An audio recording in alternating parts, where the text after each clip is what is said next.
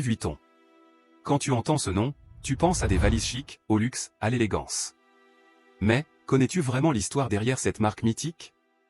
Aujourd'hui, on te raconte comment un jeune homme pauvre est devenu une légende de la mode mondiale.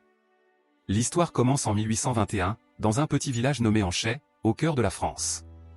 C'est là que naît Louis Vuitton, fils d'ouvrier, dans un milieu modeste. Très tôt orphelin de mère et confronté à une belle-mère austère, il sent en lui ce désir de s'affranchir, de voyager, de créer. À seulement 14 ans, Louis quitte son village natal pour se rendre à Paris, à pied. Un périple de plus de 400 km traversant les forêts, les champs et d'innombrables villages.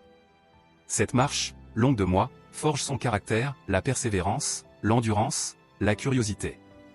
Arrivé à Paris en 1837 environ, il devient apprenti chez un maître maltier, où il apprend les secrets du voyage, comment protéger les biens personnels, comment concevoir des malles robustes et élégantes, comment répondre aux exigences de la haute société. En 1854, fort de son expérience, Louis ouvre sa propre maison, rue Neuve des Capucines à Paris, la naissance de la marque Louis Vuitton Maltier. Il introduit une innovation majeure, la astérisque malle plate astérisque. Alors que les bagages de l'époque étaient bombés, difficiles à empiler et à transporter, la malle de Vuitton est conçue pour être solide, empilable et légère. Ce petit détail change tout. Les voyageurs fortunés adoptent ces modèles, l'impératrice Eugénie elle-même fait appel à lui. La marque devient rapidement synonyme d'élégance raffinée, d'artisanat d'exception et de prestige. À la mort de Louis même en 1892, son fils Georges Vuitton prend les rênes. En 1896, Georges crée le fameux astérisque monogramme LV astérisque, orné de fleurs stylisées et de lettres entrelacées, pour se protéger contre la contrefaçon.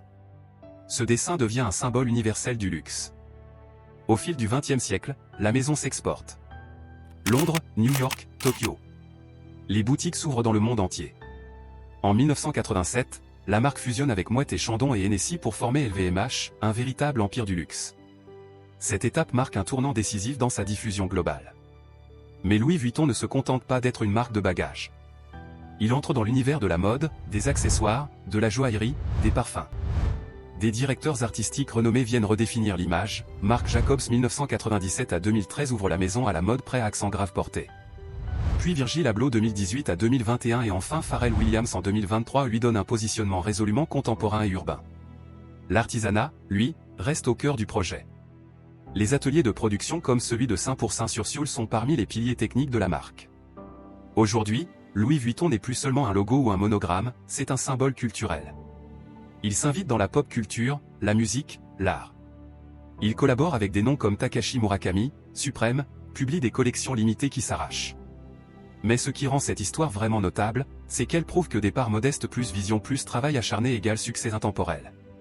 Le voyage ne s'est pas fait en un jour, du petit apprenti maltier à la référence mondiale, Louis Vuitton incarne la transformation. Si cette histoire vous a inspiré, pensez à vous abonner, linker la vidéo à vos proches, et dites-moi en commentaire, quelle pièce Louis Vuitton aimeriez-vous avoir ?